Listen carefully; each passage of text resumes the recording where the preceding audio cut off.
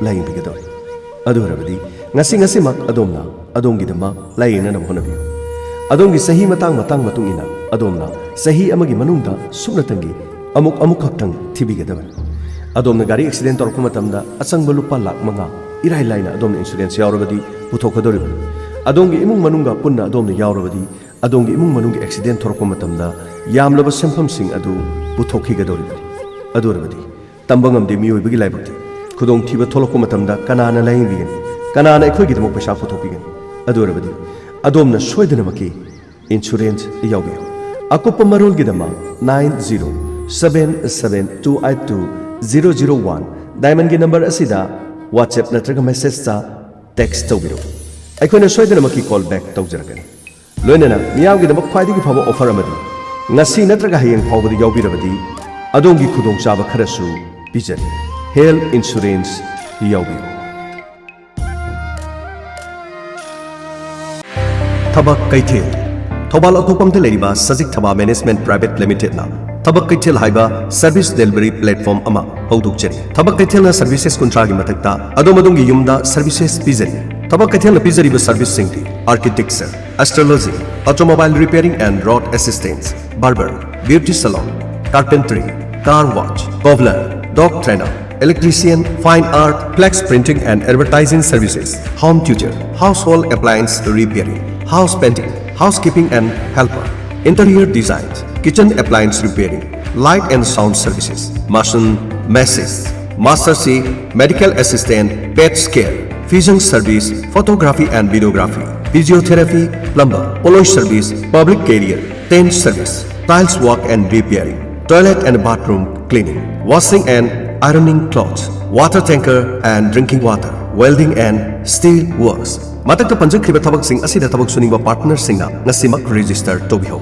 Akang abasit masing adongi kudungsan na nabigidamagda atin mamatamgi manungda tabak kaitel apps launch tawjargani. Partner singna frida registration tobiba yagani. For partner registration, please visit www.tabakaitel.com. For more details, please visit Sajik Thaba Management Private Limited, Tobal Atupam, near DC Complex, Tobal. Loinana 6033-900-158 Amadi 8131-073389 Low Sisu no Manini Laktabasiti Pazare Karino Taurisibo Harga Pangdavane Tada, Low Subiram Libro. Oi ne, Hai Mama. Nangin the Sanu Pirogeno to Mima so in a good war. Ukidrin he. Anai Kayorbrana. Yaudi Tada, Macedo, Mamang Sahida. Nobody in trans my pap to Nasankre. Aduda, Masu Amuktoiba, Masina Tamlambe School Duda, Tazin Kiretada. Karamba School Danone. Kadai Danomi. I show Angang and Ikak Lady Badu, Makusu Tamhange, Kanam to Hanangine. Aduburo Tada. The Boys Convent Tawalkawe. Nobody Amadi Sainik School Foundation ni. Boarding school ni. Sahi kun hene experience lairaba ozang aptana makhung sengna takpitam biribani. Sahi khudingi Sainik Amadi Novodaya School da ming chananaba entrance da 90% pass tauribani. Masida sunatana class 10 gi bosem CBSE Amadi spoken English ki shu tuition tawdana yam phajana takpitam bihauri. Mafam na ne tada. Thawal awang laikai da laibani.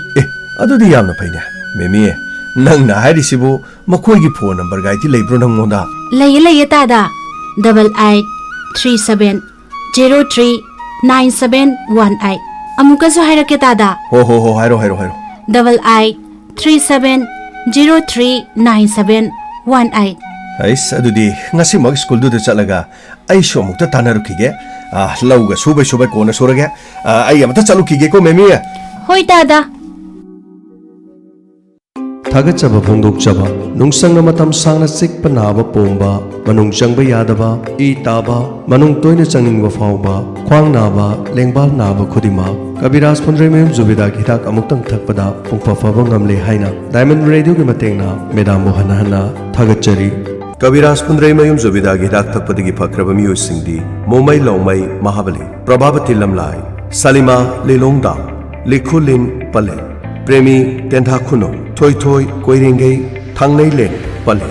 Khanabiu Tanabiu Kabiraj Phundremem Zubida Bengon Makha Main Road Akopa Marol gi dama call tobiu 94027832774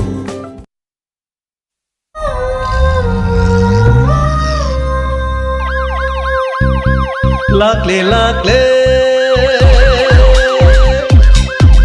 Inspector Tayai Ahanba magtada Inspector Tayai tabiribasingbu James Hagruzamna taramnuk chobagloinana ikoknona khurumjari ngasi upudon laksari Inspector Tayai chahunga marphu taramathoi shubatangka sandukchari bathoromasi wakhalna sagatchaba wari paringaman masida hingliba amadi lekhidriba kanagumbaga mari leinazati karigumba adomna tabiba matamda kanagumbaga mari leire haina khanbiba tarabadi maduda lakpa wakat ekhoina lojaba ngamjaro oy mayam hogot kyone krinole as pasai aina ai ge yom lamdam na sa kada base mayam na tom na dom lai krina hogot kyone as gangwe nang marolama as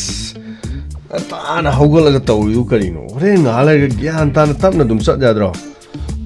krino hai tamelong sa kadabni keno sigi yamasu yamdro aina thaugo doriba tongo doriba kilometer sinang maseng khara khangdro kilometer humpu de dum chat kadori bini ne krino khangde hoi ne dubude ado as gyan tana dum chat kilometer humpu bu kaino wai as Manipur ki mafam manungdo yare santos krino khangde nang na muk tingni yang le bada hodo no muk tingni yang le bada na tawri do phare ne do hogle do khuje ke do sai no ha kai do sai no ba as kri tawru ne ge injang ho ba cha ba ya ban matam suna tre lo ni hen thokre ase Christmas ki ko ai khoi ge dum thabak thorom sing do loina loraga ai krino amo tamelong de gyung sa kapur ka mulak ni krino ne ai sana batauge khoi sarte ai dana hogar krabra hogar tribra haktang hairam drati amung ngai te dana adu gini da hoi phare adu ai so brush nung ke tawge nung haidor ga hairam modana te da hoi adu gidi kriso kai de da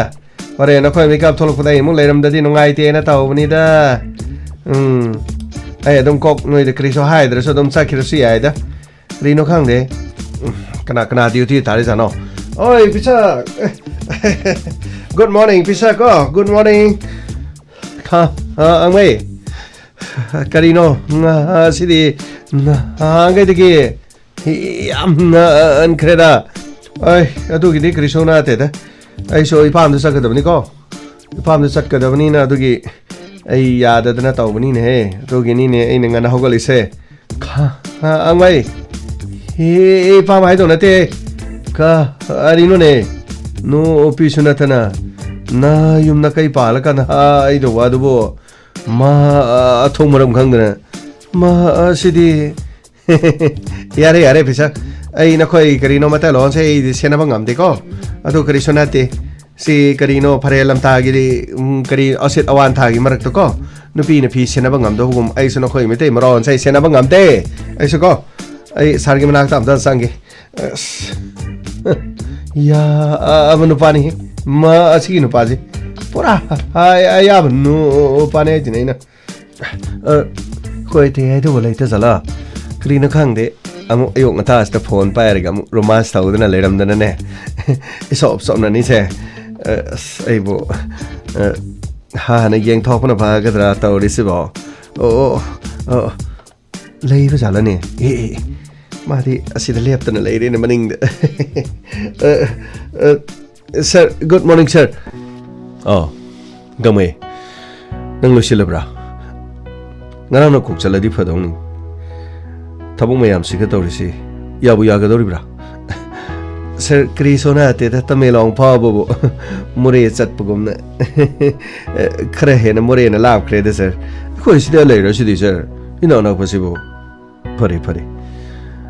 tik ta khai de na phajana yor merry christmas sir merry christmas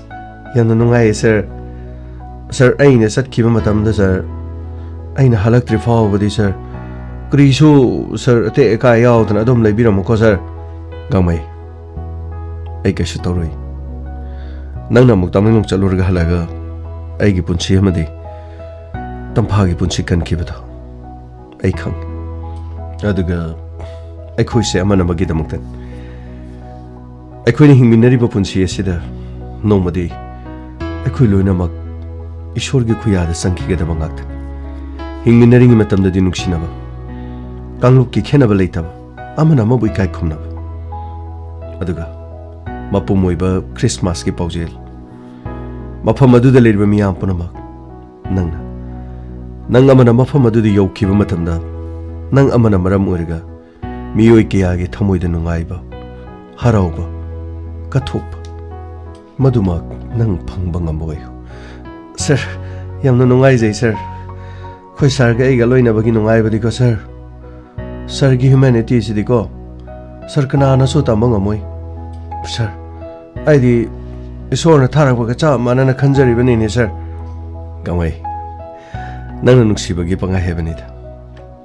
ꯑꯩꯅ ꯀꯅꯥꯗꯒꯤꯁꯨ ꯀꯔꯤꯃꯠꯇ ꯍꯦꯟꯕ ꯂꯩꯇꯦ ꯑꯩꯈꯣꯏ ꯃꯤꯑꯣꯏꯕꯅꯤ ꯑꯩꯈꯣꯏ ꯃꯤꯑꯣꯏꯕꯗꯤ ꯑꯃꯒ ꯑꯃꯒ ꯑꯍꯦꯟꯕ ꯇꯥꯟꯅꯕ ꯀꯣꯝꯄꯤꯇꯤꯁꯟ ꯍꯥꯏꯕꯗꯨꯗꯤ ꯊꯕꯛꯇ ꯇꯥꯟꯅꯕꯅꯤ ꯑꯩꯈꯣꯏꯅ ꯍꯤꯡꯕ ꯃꯇꯝꯗ ꯀꯣꯝꯄꯤꯇꯤꯁꯟ ꯇꯧꯗꯦ ꯑꯩꯈꯣꯏꯗꯤ ꯃꯤ ꯑꯣꯏꯅ ꯄꯣꯛꯂꯛꯂꯤꯕ ꯈꯨꯗꯤꯡꯃꯛ ꯑꯁꯦ ꯏꯁꯣꯔꯒꯤ ꯃꯆꯥ ꯉꯥꯛꯇꯅꯤ ꯍꯥꯏꯅ ꯈꯟꯒꯗꯕꯅꯤ ꯑꯩ ꯑꯃꯅ ꯃꯔꯝ ꯑꯣꯏꯗꯨꯅ ꯃꯤ ꯑꯃꯒꯤ ꯄꯨꯟꯁꯤꯗ ꯅꯨꯡꯉꯥꯏꯇꯕ ꯑꯩ ꯑꯃꯅ ꯃꯔꯝ ꯑꯣꯏꯔꯒ ꯃꯤ ꯑꯃꯒꯤ ꯃꯃꯤꯠꯇꯒꯤ ꯃꯄꯤ ꯇꯥꯅꯅꯕ ꯑꯩ ꯑꯃꯅ ꯃꯔꯝ ꯑꯣꯏꯔꯒ ꯃꯤ ꯑꯃꯒꯤ ꯊꯃꯣꯏꯗ ꯑꯀꯥꯏꯕ ꯋꯥ ꯑꯩ ꯑꯃꯅ ꯃꯔꯝ ꯑꯣꯏꯔꯒ ꯃꯤꯒꯤ ꯃꯥꯡꯅꯅꯕ ꯇꯧꯕ ꯍꯧꯅꯗꯦ ꯅꯪ ꯐꯖꯅ ꯆꯠꯂꯣ ꯀꯔꯤ ꯇꯧꯒꯦ ꯍꯥꯏꯕꯅꯣ ꯅꯪ ꯒꯥꯔꯤ ꯄꯨꯔꯒ ꯆꯠꯀꯦ ꯍꯥꯏꯕ꯭ꯔꯥ ꯅꯠꯇ꯭ꯔꯒ ꯀꯝꯗꯧꯒꯦ ꯍꯥꯏꯕꯅꯣ ꯁꯔ ꯀꯔꯤꯒꯤ ꯒꯥꯔꯤ ꯄꯨꯔꯒ ꯆꯠꯄꯅꯣꯗ ꯁꯔ ꯀꯔꯤꯁꯨ ꯀꯥꯏꯗꯦ ꯍꯧꯖꯤꯛꯇꯤ ꯀꯣꯔꯣꯅꯥꯁꯨ ꯈꯔ ꯐꯔꯕꯅꯤꯅ ꯁꯔ ꯑꯗꯨꯝ ꯌꯥꯒꯅꯤꯗ ꯁꯔ ꯐꯔꯦ ꯑꯗꯨꯗꯤ ꯑꯩ ꯋꯥꯏꯒꯦ ꯇꯉꯥꯏ ꯐꯗꯕꯁꯤꯡ ꯈꯨꯗꯣꯡꯆꯥꯗꯕ ꯂꯩꯔꯕꯁꯨ ꯅꯪꯅ ꯐꯠ ꯑꯩꯉꯣꯟꯗ ꯍꯥꯏꯔꯛꯀꯗꯕꯅꯤ ꯁꯔ ꯀꯔꯤꯁꯨ ꯈꯨꯗꯣꯡꯆꯥꯗꯕ ꯂꯩꯔꯣꯏꯗ ꯁꯔ ꯌꯥꯝꯅ ꯅꯨꯡꯉꯥꯏꯖꯔꯦꯁꯔ ꯑꯗꯨꯗꯤ ꯑꯩ ꯑꯃꯨꯛ ꯆꯠꯆꯔꯨꯈꯤꯒꯦꯀꯣ ꯁꯔ ꯒꯥꯡꯃꯩ ꯐꯖꯅ ꯆꯠꯂꯣ ꯑꯗꯨꯒ ꯏꯄꯨꯗꯁꯨ ꯑꯩꯅ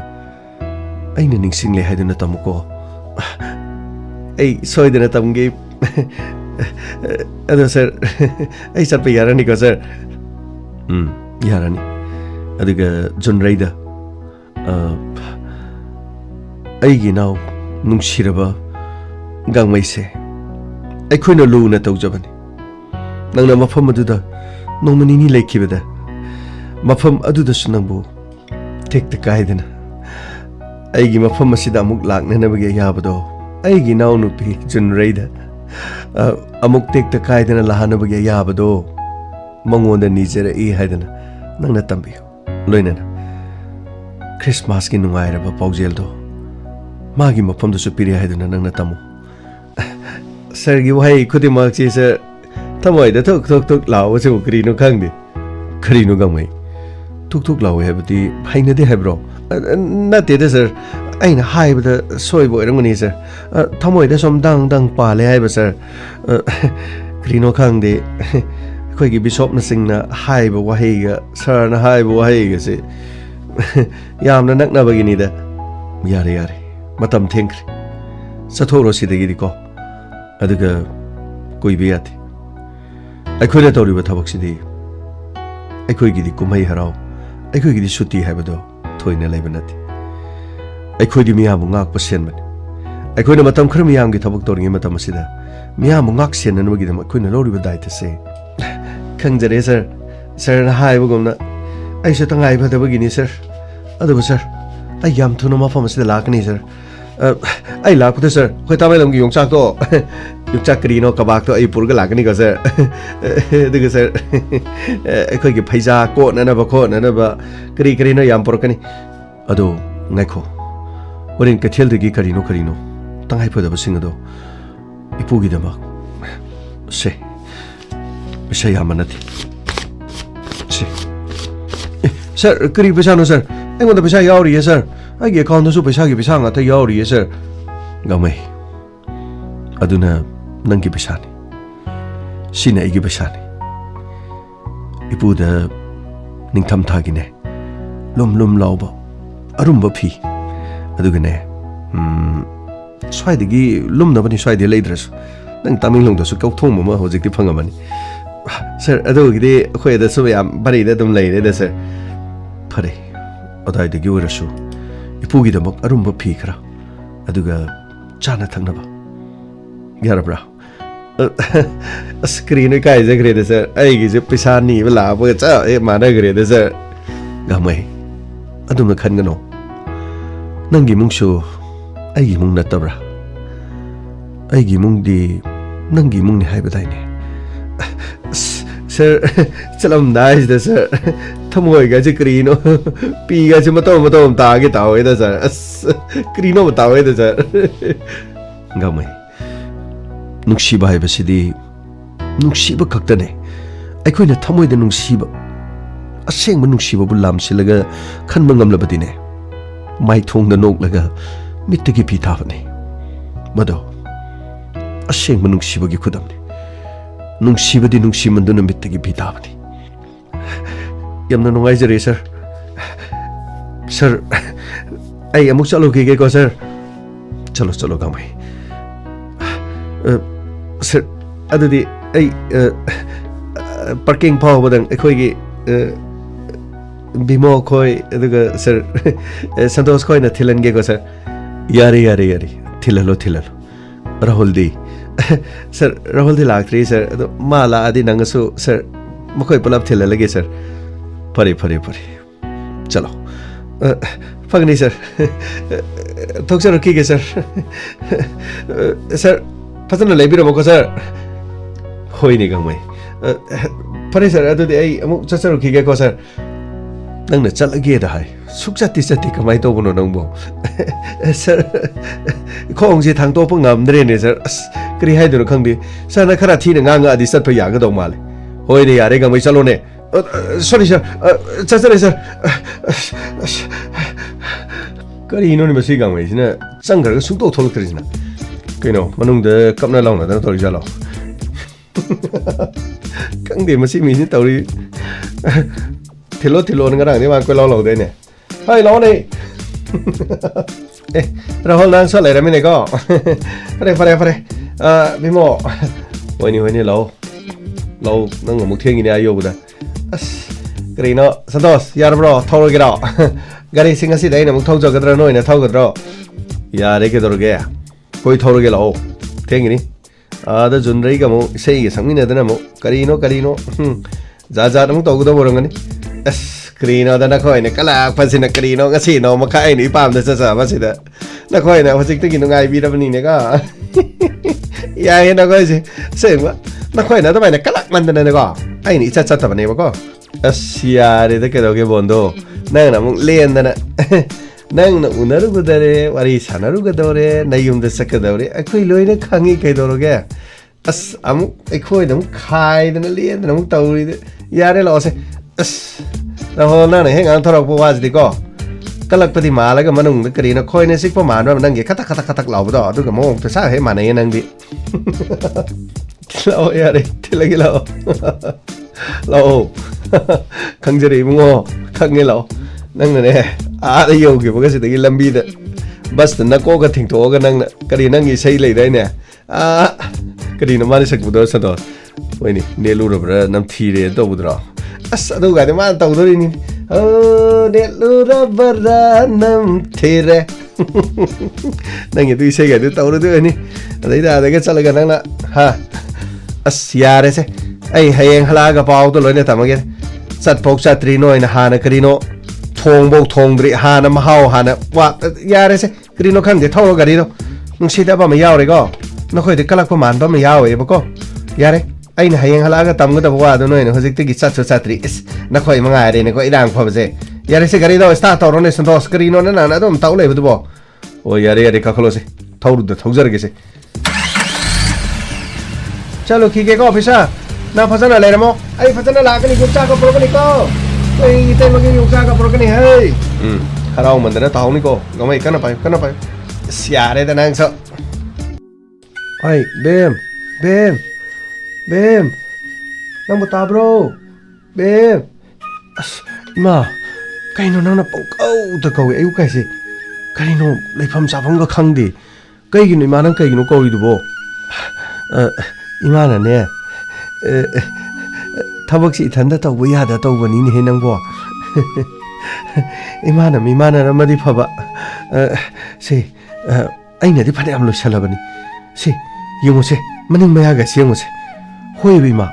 이마는 아이나 좀 떠도 레르버도 이마는 로이니 역설래 나는 염더바 나는 야우더바 타박 아무튼 레이디 마이비마 마양거디네 핵 예행보다네 소이나이바 미마 오이레 하이바부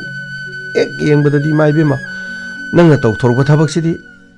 좀나기 노르멘 힝이바 미마가 이마거디네 이마는 로이니 헨바잔 아도 나는 뽕까우도 까우도 이 타박도 본 강드레바 호레네 힝디 어묵 라이 쿠름바네 까리네 까리네 맨만 따디 손도수 이마나비 미야마 차스 까바기 코바기 아이시 까이노 그래 아마가수 까림딱 와리 사나바 낭드레바 호이 아두 카이도르게 호렌디 이붕어 제스 크리스키 마fam다 프레야르 tꯧ자가도리바니 낭기 나봉 샘션 나마디 낭기다마 아파바 야이파바 punamakto nijagadoribaniने yung napabungdo leramadi kayam nungaini napabungdo so ikoy thado sakre shorgi khuyada sangre yung chahi amadagi chahi ama kum amadagi kum ama kumay silak matamdadi napabungbo hekta ningsing ima ado ay loina khangese horene prayer to bom thengini ima samai tokse dada sula kane na haidai ado ay amta lution gi yeba ngaktang ko reino ba yar ba ima hoi tor ay sune tangai phada horen gi thabak ke tawna na bado tam tam no lution ge ko nakhoi na bung de la ko la ma le da lai as mana thaurak pagarisina kankibasina samson ama sikanano ama sidi john ni dana john lao changwa lao hoi ma ima handakti christmas sidai de yaw gena lavani ma karisu kai di keno yam pare changwa kadai pochai kai do ipai gi karaino bekaido ima yani samson karaino bekaido paige as yare ba ima kaino imana adum layu kaino imana na poche arum buchi paige ga haidu kaino as yares john lo chi paige lo oh mama aina miyoi chada basida aina poche pahening da na hiring ni ne angao basidi aina mi mana da bi Mana debi oi rabas. Aina pokli bani hai basi. Ma kau ramalin. John, sida pom ko. Si ai kane. Si, sida pom. Si, sida pom jalu yani si. Yani. Ai wapanam da toki. Hoi. Magi kaas di ingini. Wow. Sini kari larik na. 이마 까리노 능 떠이지보 이마나 버싱 까리임도 용지들 라고 야들 미라디 그를 로었던 코트나서 걸래요 낭나 마시데 나사드는 satpaduna 세고 미들 스와이브 극네메 낭나 왕이 바 하이체 영어바 시 아이기 북 스와이브더네바 기당 미오이 자들이 하디 미 마망도스 그라 낭 우보다 이카이라버니 까리노 컨디바 미오이 자부를 디파이 이마나 버가지 юм지 부설럭도 보자 이 딸라이라버네 이놈 난기 피범도 우보다바 까리기노버는 스포트 부기가 또 도기가 다 도기가 기당 아이나 프레암 하이 숭아야디 아코이 호스텔드기네 존헤디 야우르시나 또보니 아두 야우드레 나시 행기 스테이트 야우르니 아두가네 하이행디 모이도 목 잘라니 모이롬도 목 야우르고 목 라크니 미기나바 마마 마파 로이나마 아이기나바 disfigure 미 모망지 이까이잡으시다바 까리노 콩디면서 아이고 하이게 나할때네 이마나비 마락도 짱락도 포터 떨었군 아이 호렌 까hen 올라가놓고 아이네 달깔 이거 같은 아이 하렇게 참참 좀네 이마 소이버니네 이마세 disfigure 오이고 아도부 삼산 이마기 타모이디 disfigure 오이다버니네 호이 아이 짱호이 ꯇꯧꯈꯠꯂꯅꯤ ꯑꯁꯤ ꯈꯛꯇ ꯍꯥꯏꯔꯨꯕꯒꯤꯕ ꯑꯁꯤ ꯈꯛꯇꯪ ꯍꯥꯏꯔꯨꯕꯒꯤ ꯑꯃꯨꯛ ꯀꯧꯈꯠꯂꯅꯤ ꯑꯩꯉꯣꯟꯗ ꯏꯃꯣꯁꯟꯗꯣ ꯑꯃꯨꯛ ꯁꯥꯒꯠꯂꯛꯑꯅꯣꯕ ꯑꯩ ꯁꯤꯗꯩꯗꯤ ꯑꯁ ꯌꯥꯔꯦꯁꯦ ꯑꯩ ꯁꯤꯗꯅꯤꯀꯣ ꯑꯩꯅ ꯌꯨꯝꯗꯒ ꯂꯥꯛꯇ꯭ꯔꯤꯁꯦ ꯑꯩꯅ ꯍꯣꯁꯇꯦꯜꯗ ꯆꯠꯈ꯭ꯔꯒ ꯑꯩ ꯁꯨꯡꯂꯥꯛ ꯂꯥꯛꯇ꯭ꯔꯤ ꯁꯤꯗꯅꯦ ꯍꯥꯏꯁꯤꯅꯤ ꯑꯩ ꯁꯝꯁꯟ ꯆꯨꯝꯃꯦ 이마제 디스피거니네 ꯄꯣꯛꯄꯗꯒꯤ ꯗꯤꯁꯐꯤꯒꯔ ꯑꯣꯏꯔꯛꯄꯅꯤ ꯑꯗꯨꯕꯨ ꯑꯩꯒꯤꯁꯨ ꯑꯩꯒꯤ ꯄꯨꯔꯣꯏꯕ ꯂꯩꯔꯝꯃꯤ ꯑꯩ ꯗꯤꯁꯐꯤꯒꯔ ꯑꯣꯏ ꯈꯪꯅ ꯅꯪꯒꯤ ꯑꯄꯣꯛꯄ ꯅꯪꯒꯤ ꯅꯄꯥꯅ ꯑꯩꯕꯨ ꯃꯥꯒꯤ ꯅꯨꯄꯤꯅꯤ ꯍꯥꯏꯗꯅ ꯃꯥꯒꯤ ꯇꯥꯂꯣꯏꯅꯤ ꯍꯥꯏꯗꯅ ꯆꯔꯆ ꯃꯃꯥꯡꯗ ꯄ꯭ꯔꯚꯨ ꯖꯤꯁꯨꯒꯤ ꯃꯃꯥꯡꯗ ꯑꯩꯕꯨ ꯃꯥꯒꯤ ꯅꯨꯄꯤꯅꯤ ꯍꯥꯏꯗꯅ ꯃꯤꯌꯥꯝ ꯃꯥꯡꯗ ꯋꯥꯁꯛꯇꯨꯅ ꯑꯩꯕꯨ ꯃꯥꯒꯤ ꯅꯨꯄꯤꯅꯤ ꯍꯥꯏꯗꯅ ꯂꯧꯔꯝꯕꯅꯤ ꯃꯗꯨꯗꯒꯤ ꯗꯤꯁꯐꯤꯒꯔ ꯑꯣꯏꯕ ꯑꯩꯅ ꯅꯪ ꯑꯃꯗꯤ ꯅꯪꯒꯤ ꯅꯆꯟꯅꯨꯄꯤ ꯕꯦꯝ ꯑꯩꯒꯤ ꯃꯤꯠꯇ ꯏꯆꯥ ꯑꯣꯏꯅ ꯏꯁꯣꯔꯅ ꯄꯤꯕꯤꯈꯤꯕꯅꯤ ꯆꯨꯝꯃꯦ 이마는 laleko 이마는 lale 이마 changwai sungna manaba lakpada sungna manaba lakpada ikai gani ai khangi chumme ai di mi mana dabin disfigure ima kedore da mukapiduna kedorge gari khami se khoi dala bro ꯀꯩꯗꯧꯔꯒꯦ ꯀꯥꯏ ꯂꯩꯈ꯭ꯔꯒꯦꯕ ꯃꯥꯒꯤ ꯀꯥꯗ ꯂꯩꯕꯅꯤ ꯆꯪꯉꯨꯅꯣ ꯅꯠꯇꯦ ꯑꯩꯗꯤ ꯆꯪꯕ ꯌꯥꯗꯦ ꯅꯪꯗꯤ ꯆꯪꯉꯨꯁꯣ ꯅꯪꯗꯤ ꯀꯩꯁꯨ ꯇꯧꯔꯣꯏ ꯀꯩꯗꯧꯔꯒꯦ ꯃꯥ ꯀꯔꯤ ꯍꯥꯏꯔꯒꯦꯕ ꯀꯔꯤꯁꯨ ꯍꯥꯏꯗꯦ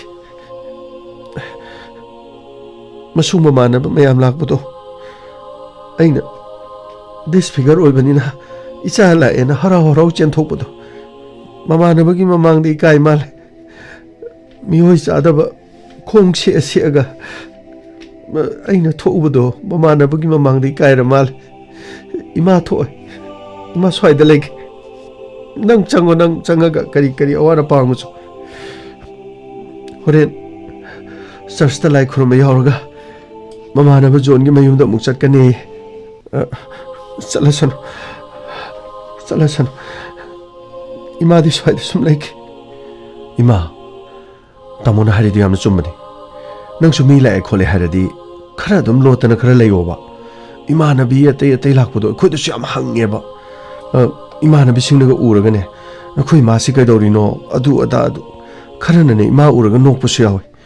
ꯂꯝꯕꯤꯗꯒꯅꯦ ꯑꯉꯥꯡꯅ ꯏꯃꯥ ꯎꯕꯗ ꯂꯛꯅꯔꯤꯗꯣ ꯑꯉꯥꯡ ꯃꯆꯥꯁꯤꯡꯅꯒ ꯅꯨꯡ ꯊꯥꯗꯅ ꯏꯃꯥꯗꯒ ꯂꯛꯅꯔꯤꯗꯣ ꯑꯩꯈꯣꯏꯁꯨ ꯅꯨꯡꯉꯥꯏꯇꯦꯕ ꯑꯗꯣ ꯃꯤꯅ ꯌꯥꯗ꯭ꯔꯦ ꯍꯩꯅꯗ꯭ꯔꯦ ꯍꯥꯏꯔꯗꯤ ꯏꯃꯥꯁꯨ ꯈꯔ ꯀꯣꯏꯆꯠ ꯆꯠꯄꯗꯣ ꯍꯦꯛꯇ ꯇꯣꯛꯑꯗꯤ ꯐꯗꯧꯕ ꯍꯦꯛꯇꯅꯦ ꯈꯨꯟꯁꯤꯃ ꯊꯨꯡ ꯏꯃꯥꯅ ꯆꯠꯄꯗꯅꯦ ꯌꯧꯗꯕ ꯂꯩꯇꯦ ꯑꯩꯈꯣꯏ ꯆꯥꯎꯔꯛꯑꯦ ꯑꯩꯈꯣꯏꯅ ꯑꯗꯨꯝ ꯇꯧꯒꯦ ꯍꯥꯏꯔꯦꯗꯅ ꯑꯩꯁꯨ ꯏꯃꯥꯒꯤ ꯃꯇꯦꯡ ꯅꯣꯡꯉꯥꯟꯕꯗꯒꯤ ꯃꯇꯦꯡ ꯄꯥꯡꯉꯤꯁꯤꯗꯤ ꯕꯦꯝ ꯅꯈꯣꯏꯅ ꯍꯥꯏꯕ ꯂꯣꯏꯅ ꯆꯨꯝꯃꯤ ꯏꯃꯥꯅ ꯂꯥꯟꯕꯅꯦ ꯏꯃꯥꯅꯗꯕꯤ ꯑꯣꯏꯅ ꯄꯣꯛꯄ ꯏꯃꯥꯅ ꯗꯤꯁꯐꯤꯒꯔ ꯑꯣꯏꯅ ꯄꯣꯛꯄꯅꯤꯅꯅꯦ ꯅꯣꯏ ꯁꯥꯎꯅꯨꯀꯣ ꯍꯣꯏ ꯑꯩꯁꯨ ꯈꯪꯉꯤ ꯃꯤ ꯃꯃꯥꯡꯗ ꯅꯈꯣꯏ ꯏꯀꯥꯏꯔꯝꯒꯅꯤ ꯍꯥꯏꯕ ꯈꯪꯉꯤꯗ ꯐꯔꯦ ꯏꯃꯥ ꯁ꯭ꯋꯥꯏꯗ ꯁꯨꯝ ꯂꯩꯒꯦ ꯍꯣꯔꯦꯟꯗꯤ ꯆꯔꯆ ꯀꯥꯕꯗꯤ ꯑꯩ ꯆꯠꯀꯦꯀꯣ ꯉꯥꯏꯍꯥꯛꯇꯪ ꯂꯥꯏ ꯈꯨꯔꯨꯝꯃꯒ ꯑꯩ ꯑꯗꯨꯝ ꯌꯥꯝ ꯊꯨꯅ ꯌꯨꯝꯗ ꯍꯟꯈꯤꯒꯦ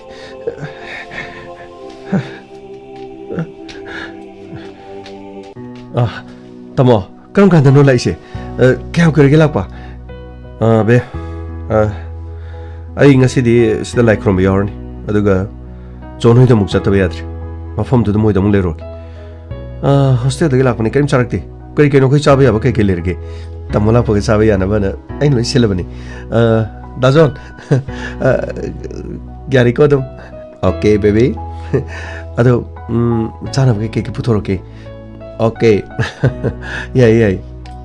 매 어떡하고 와이 그 얘기도 이마도 아이 와리 좀 사나르면 옹을래 호분 ꯅꯪ ꯁꯤꯆꯨꯋꯦꯁꯟꯗꯣ ꯈꯪꯉꯤ ꯇꯥꯃꯣ ꯑꯩꯅꯁꯨ ꯍꯥꯏꯔꯝꯃꯕꯅꯤ ꯑꯣ ꯑꯣꯀꯦ ꯁꯦ ꯅꯪꯒꯤꯅꯤ ꯈꯔꯁꯦ ꯑꯦ ꯀꯩꯅꯣ ꯀꯥꯏꯗꯩ ꯄꯩꯁꯥꯅꯣ 이마나 kharaga sum pirakpado nangna su imagi mateng pangaga aina hostel lebje pisa tharaiba aina muk tungjalaga nongonda pirini yamu nati se a little gift not enough but thank you tamo thank you adu dei putorage ko okay baby samson kedari ja nani ima de ngang bi bado nuai tebo 좀 계속 갈루는 좀 미워이 자다버니니까 뭐야 망다 좀 이까이버더니다 영원히 마기 비범 자다버도가 아이기 롱크러버 카우지 보게 ನಂಗೆ 롱크러버 카우도 보게 하이디요 마사니는 눅시데나 ತೌಜರಿ바 ಅದು ನಂಬುದಿ ನಂವರೆ ಲೈದನ 이마나바 테테 프로프 이마나비기 프로프디 카이저러ಬ니 lambisidama thokpudane loi yengnaba mayamsin angangna nungtha thadan langnari adu ima kobani na nungchunu haitaba adu sum leidana khara hojikta hanuramni na ham sathoningbaba adagi miyoi sum chadabani mana sekou chatpa adagi mi disfigure haredana kitang mi mana jadamni ni yengbada aingoda yam nungai jadabaduni as samsan nang ima makta de disfigure ga haibadu di nungai tit kaino disfigure haibadi figure do disfigure oibaduni figure chumdabadu haibani kaino as adurasu nang ima da disfigure haibadu john adugi meaning du nati aina haidi angang oringe degini mana khoibu yogleini ekhoi mana pukleini dana akhoi disfigure oide but adubu ekhoi khara chawrap gyan tarakpada gidiba imagi marak to I kahena lerakti mana question chen hone aina question chen hone taseng na harganda miu chadam ni yeng de yam ngai to aini shorda aina oh jesus kare gino mi gi loina mama mapa ji loi fit loina aini ma ji disfigured as koi bawnu kamai toroga koi ma ji loromino khangti me hamna haibada di koi bawngdi kashu tawdi madi dum normal oi hai aduga koi ma disfigure oi bese mana kamaini lowruga as ai khanmada mammi my god adubu imani na khuchu karigi nuksiro nukshi mimang to mangda khajaktang ikai be wani da sum migala adi leidna noigi ne ngo noi ma hoi thorokpada samson laibra kholibra adu no normal but aigina disfigure yengmada nungdi nungshiraga kari haitare ikai nungshi yana ba haigadra mi mamangdi ikai jabuduni sina maram borga yumda imanaba atai dagi samta porokdramni ado kaisu khalunu akhoi bem dusu kaino putor kharga sumu poroktre bem dada porage okay ngara siko okay Ois, sidi aige tamelon idana ko. I love my tamelon. Yes. Hey. Yeah. Koi gi pu do kam do bja no.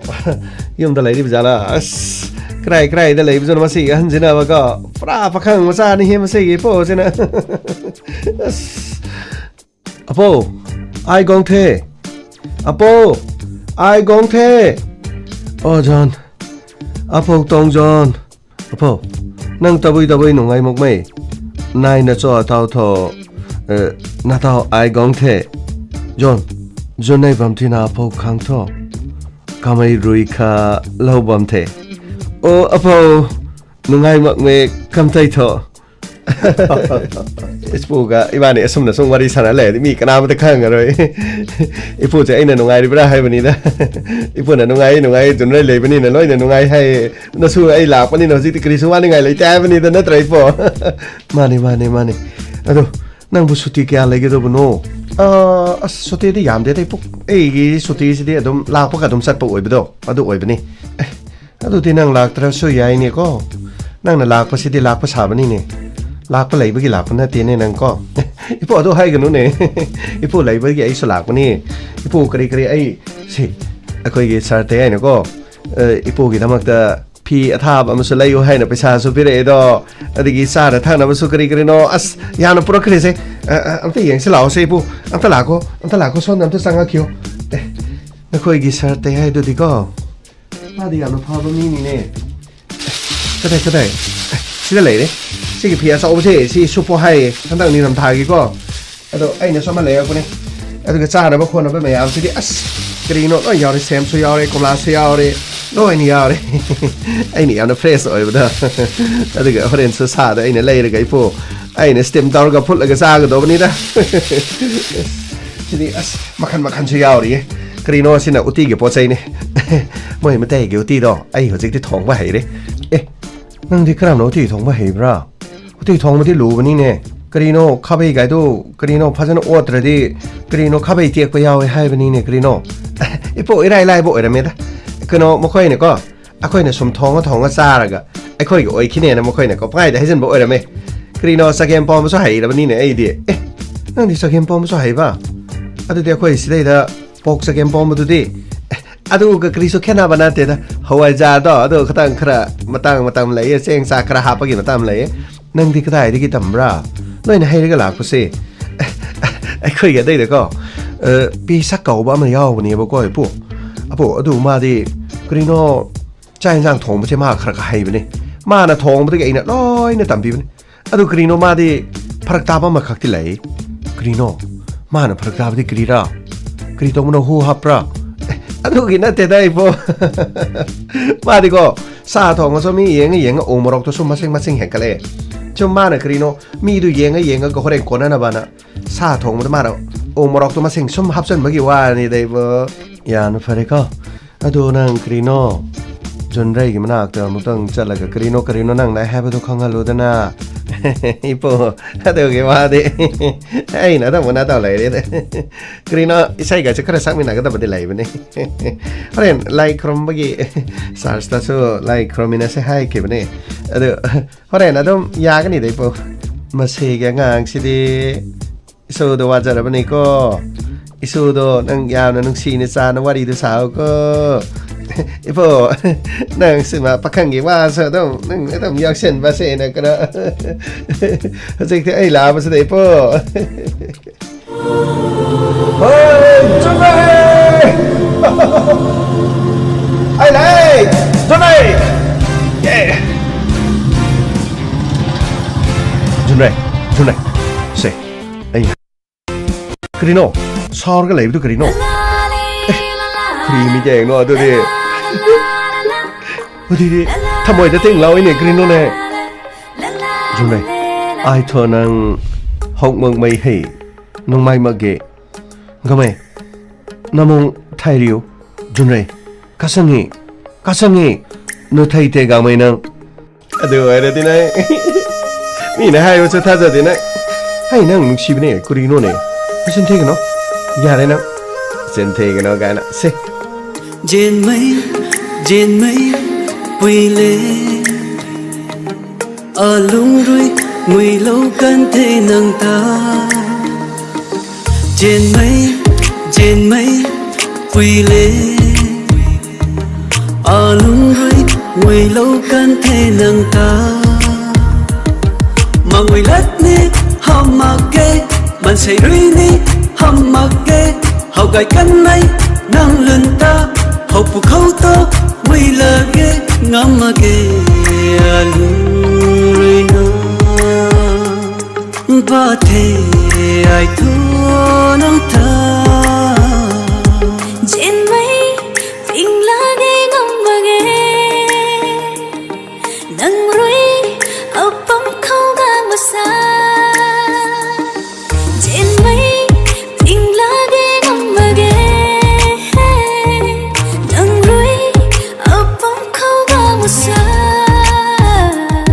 chắp một tiếng nuôi lu gan cần mây ngài lòng ngã thơ hay cùng lâu ro bù bù bù cha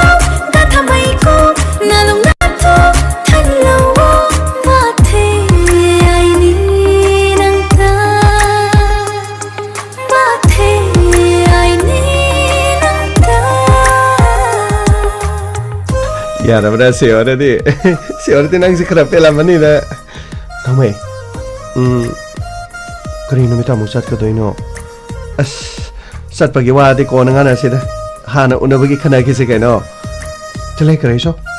ꯅꯪꯒꯤ ꯆꯠꯈꯤꯗꯕꯗꯣ ꯍꯥꯟꯅ ꯈꯟꯕꯅꯤꯅꯦ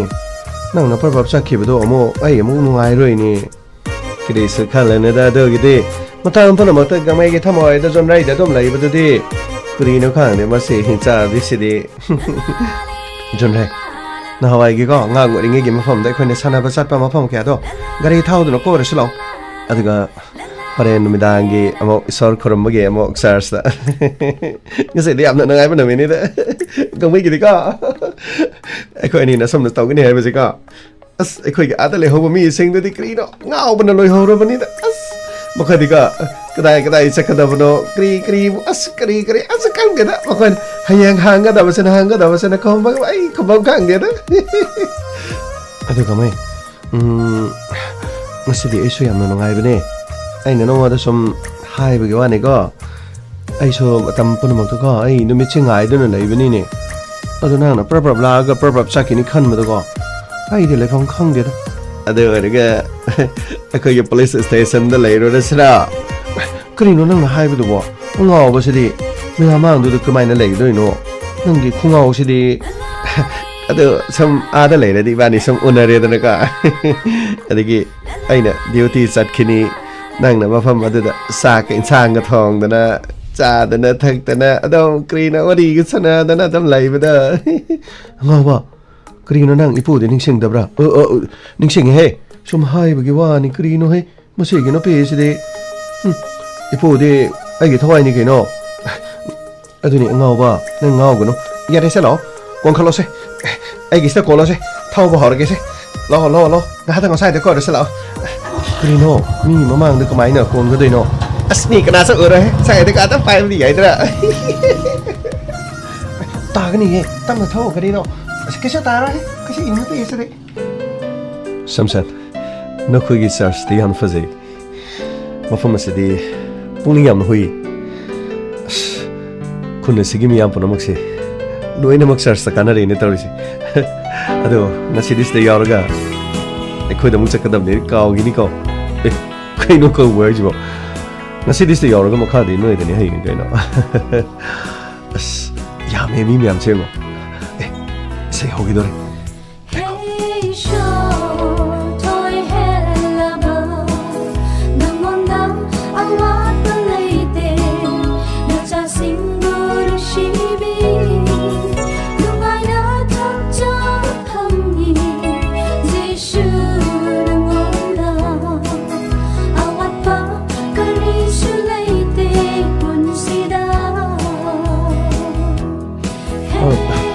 Bay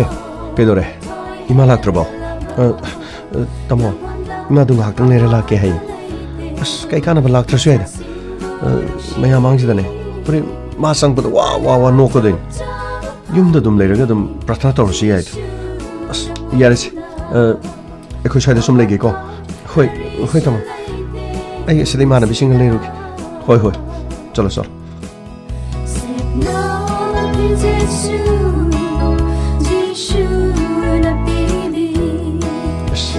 ꯃꯤꯁꯤ ꯌꯥꯝ ꯌꯥꯝꯃꯤꯅꯤ ꯁꯝꯁꯠ ꯑꯩꯈꯣꯏ ꯁꯤꯒꯤꯗꯤ ꯈꯨꯟꯒꯤ ꯄꯤꯛꯆꯕ ꯋꯥꯅꯤ ꯃꯤꯗꯤ ꯌꯥꯝꯕꯅꯤ ꯑꯁ ꯌꯥꯝꯅ ꯅꯨꯡꯉꯥꯏ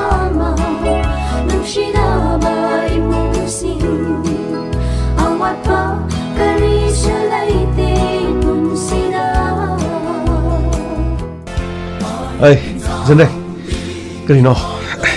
ꯏꯪꯗꯤ ꯏꯪꯉꯦꯍꯦ ꯑꯩꯈꯣꯏ ꯑꯥꯗꯗꯤ ꯈꯔ ꯐꯩ ꯁꯤꯗꯗꯤ ꯏꯪꯉꯦꯀꯣ ꯑꯁ ꯑꯗꯣ ꯅꯪ ꯆꯥꯛ ꯆꯥꯈ꯭ꯔꯕ꯭ꯔꯣ ꯉꯥꯎꯕ ꯆꯥꯛ ꯆꯥꯗꯗꯤ ꯀꯔꯤꯅꯣ ꯑꯗꯣ ꯅꯪꯒꯤ ꯅꯅꯥꯛꯇ ꯁꯨꯝ ꯂꯩꯕ ꯏꯀꯥꯏꯖꯩ ꯃꯤꯁꯤꯡꯅ ꯂꯣꯏꯅ ꯌꯦꯡꯉꯦ ꯑꯩ ꯏꯁꯤ ꯏꯃꯥꯟꯅꯕꯤ ꯃꯅꯥꯛꯇ ꯁꯨꯝ ꯂꯩꯒꯦ ꯀꯔꯤꯅꯣ ꯅꯪꯅ ꯑꯩꯒꯤ ꯅꯥꯛꯇ ꯁꯨꯝ ꯇꯥꯅ ꯂꯥꯛꯏꯗꯨꯕꯣ ꯀꯔꯤꯅꯣ ꯖꯣꯟꯔꯩ ꯑꯩꯒꯤ ꯅꯠꯇ꯭ꯔꯣ ꯅꯪꯗꯤ ꯅꯪꯒꯤ ꯅꯅꯥꯛꯇ ꯂꯩꯇ꯭ꯔꯗꯤ ꯀꯗꯥꯏꯗ ꯂꯩꯗꯣꯏꯅꯣ ꯅꯪꯕꯣ ꯑꯁ ꯀꯔꯤꯅꯣ ꯍꯥꯏ ꯁꯤꯗ ꯅꯃꯥꯟꯅꯕ ꯂꯩꯕꯁꯤꯡꯁꯤ ꯉꯥꯏꯍꯥꯛꯇ ꯂꯩꯔꯨꯖꯣ ꯀꯔꯤꯅꯣ ꯈꯪꯗꯦ ꯁ꯭ꯋꯥꯏꯗ ꯁꯨꯝ ꯂꯨꯝꯗꯅ ꯂꯩꯗꯨ ꯀꯔꯤꯅꯣ ꯑꯩꯗꯤ ꯅꯪ ꯅꯨꯡꯁꯤꯕꯅꯤꯅ ꯑꯗꯨꯝ ꯅꯪꯒꯤ ꯅꯅꯥꯛꯇ ꯂꯩꯅꯤꯡꯕꯅꯤꯅꯦ ꯑꯥꯏꯔꯣꯏ ꯅꯪ ꯇꯖꯅꯦ ꯑꯁ ꯌꯥꯔꯦ ꯀꯔꯤꯅꯣ ꯃꯤ ꯃꯃꯥꯡ ꯍꯣꯏ sida lagega tamo ai yum da salu kige ima to lakadra la oidra as kauronu ba yare laktradi laktre geno as da horen prayer to budi haktang yawja sunu keno as yare nang thokba torosi mayam mangdu de kai jen tawne me nang bo as hoi adur ga sai phacham gam ta hangu ki hoi hoi chalo as samsar nana kai ni ma du bo yam nang la na khali du kari gino as jon adu gi na te da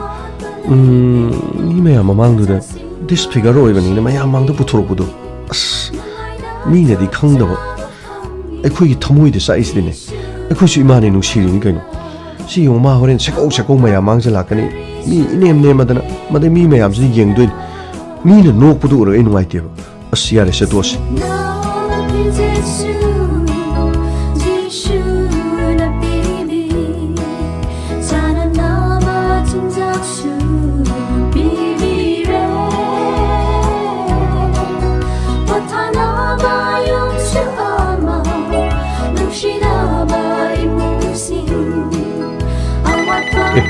Bueno, 그 내일 폰 도래니. 나 코코. 아니면 토끼고. 네. 그도래. 따로. 따모. 이마도 꽤 너무 도래. 거부가 맞도 고마케드리. 하. 그림 하시보. 기당 투나 나오더라. 이마도 아이나 하나 거부다 아무튼 kum드레바. 라이레. 존. 로. 그 좀 자세. 이마도 그림도 거부다 키드리. 로. 자세. 로. Kay do reno, imado ko buta kidri. Lo. Be. Tamo. Imaje ko bu kungidre. Yengo. Karim ta kungidre. Ima.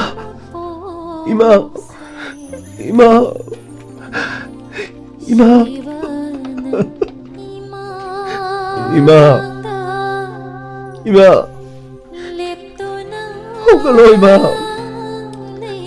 Hogalo. Nachala ima. Ima. Hogalo. Oh. Aina imana da binay doon aina ngang hipanin. Ima. Hogalo. Karigino ima. Nachabu warong bro. Nachabu warong ima. Hogalo. Sima. Hogalo ima. Tamo. Ima si hogalo yadre. Ekoy bu warong kraman. Ekoy bu yam da warong kraman. Me. Imana ekoy bu warong pumtoy. Aina mi mana de migi mamang di kai say ay na ina tina. Aina maapo ngang mi man. Adabot amoyas na di maabunok sila man natin. Mahabu uraga mina nok. Mahabu uraga mina nok na paduda. Aina ikay mapaw. Isung imana balaga. Aina hena ikay. Mana sekaw tolok to na. Ay banong sijali bani hay na mana tao ko to. Mani. Ay mi mana da biya siya ng popo masali. Mi mana ba iba di popo ngabi. Mi mana ba ay na di ay mi mana da bi imabo. Mi mana ba magumkan bangamdi. Masigi para si tabigi ay doon na. Mi mana ibo tadok to na chan ka. Iba. Bugtang halo ima. Nasa kalisuhay na roy. Mapoksida. Ima na ay mapopiro. Mapok kuning day ma. Ay gini mimana dabi ima nang badong pangsag. Ay na. Migi mamang na ay na ikay kima. Ay na ima buuro ka ikay ba to ima. Ay amo na ikay na roy. Oh Jesus, ay magi taway mo amugtang bibiyo. Ay ham na lahat kre. Ay po amugtang hapiyo. प्रभु जीशु आइबो अमुक्तंग आपियो आइगी मिमानद्रबी Imangi थवाइबो अमुक्तंग हलानबियो प्रभु नचालान करे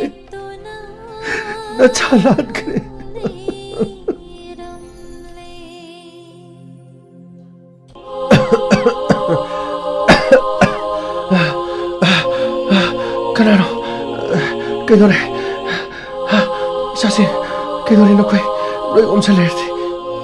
बे बे इमा वागागे होय तमो इमा वागागे John आइगी इमा होगले प्रभु जीशुना आइगी इमा अमुकन्ना पोकपिरे इमा से शमसान कइदोरगे इमा लो चसिलो nasi nuai raba Christmas ke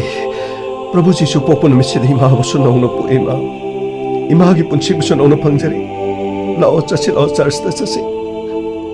Prabhu Jisu bu khurumina rursi lao ima nasana lan ki bapu namanga piu ima bu imana de haiduna aina tati ta oina tawkibem nasana lal soina raba su aigi di imane pomna maktagi athoibin pomna maktagi imane hele lao ima sasi lao church ta sasi lao sasi ima de yum chida sum leige na sung na mana bano uraga mi no uraga ibu nok nagani isa sing na nungai tabado ai na su nungai tiye ima sum yum chida leige da nati ima aibu amuk an wan miranu ima aibu Prabhu Jisu na parama tambira bani ma aina mimana da basing buhan tanakan mo aina yamna tona aina yamna lana kalure ma aise mimana da bi soinai rabi na popo machani adubo ai soinai de ai gi hakchang di soinai de adubo ai gi thamoi ai gi wakal di soinai rure na chaba muktanga piyo ke do na chaba muktanga piyo ke do shamshan nangbu imabu mi maya mamangdo de ikai roidra ima aigi di imane imana aigi da thoibane onamakdagi imane hele imadagi hen bakana sulaiti ma laho chachilo pumkhara khakta ngai lo Prabhu Jisu bu khurum lo rase lao ima Prabhu Jisu gi mapok no mi dasida lao sasi lao ima be lao chase ima gi phiro na chingma loina pairo hoi tamo sasi lao ima sasi lao phare salasi lao oi dai Ojek pong chop chana tare ne nang mo krino ne Prabhu Jisu pok pagi matam ni okre aje ase isor gi mafam da sa ko ne ni jaba matam da ko jon nei ga gangmai ga sa sena kan da ba kre gamba gangmai da nongmai na ka pa sa ko nongmai maro to sep li tho ga chat khiba gangmai da palau da ba ka isor gi mafam da ni mina se ko as nongmai nang chin na mai yam ni kai thi ni gi mamang silai kai dro krino nang na to bu du bo mi loi ni yenge as yenge yang na sana da mi matai manao ina zaba bo mo ina kre wo kalak tadat kre da ngasi no ngai ka Christmas ki namit chida ka Merry Christmas ai rui nang ta jene karino hai kyo ne nang so hai kyo ne ai rui nang ta jene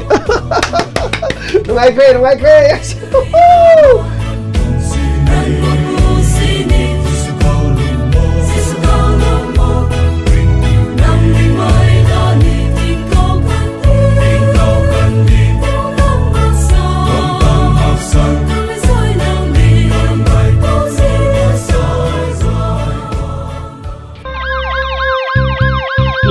Lakle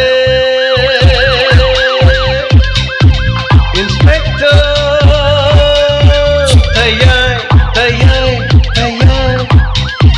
Lakle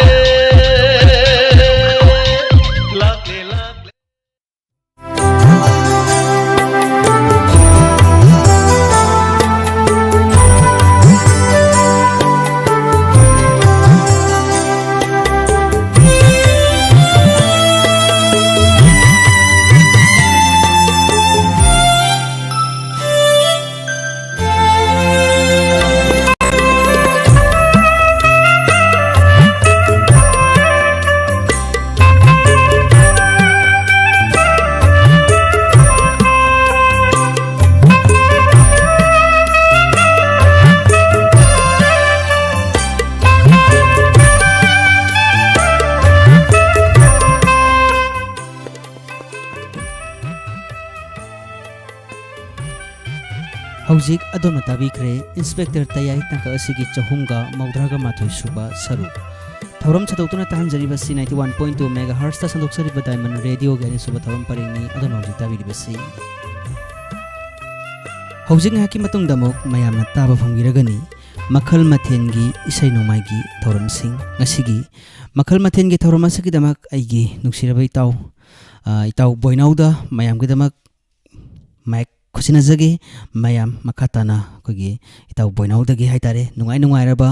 कोई इसैसिंग मयाम पुना तामिनसी मयामना demand तरुपगी मतुंगिना हाइतारे अदुना कोगी इसैसे दमक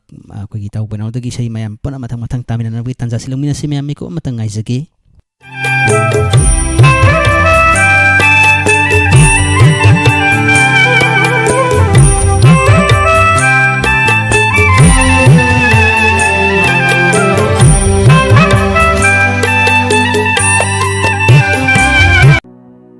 पाउजेन जमा लाखलिबा अप्रैल की तांग 13 इंग लिसिंग अनि कुनगनिथोय कोरौ याइफरबा नुमित सजिबुगी पूर्णिमा नुमित असिदा चांदम सागेगी खुमन पोकपा इबुदौ इबेंदौगी कुम अमगे हैकत लेकत तंबा अमदी चागलों कटपा सोयदना पांगथोकचरगनी हंदक सही सिदी अरापद लेबीबा अनकपद लेबीबा चांदम सागै पुनमक लेंबिरक्तुना इबुदौ इबेंदौगी चागलों कटपा असिदा सागै चा पुनमक याउबिरनबा सागै की पिबारेलना मीडिया की मतेंग लौजदुना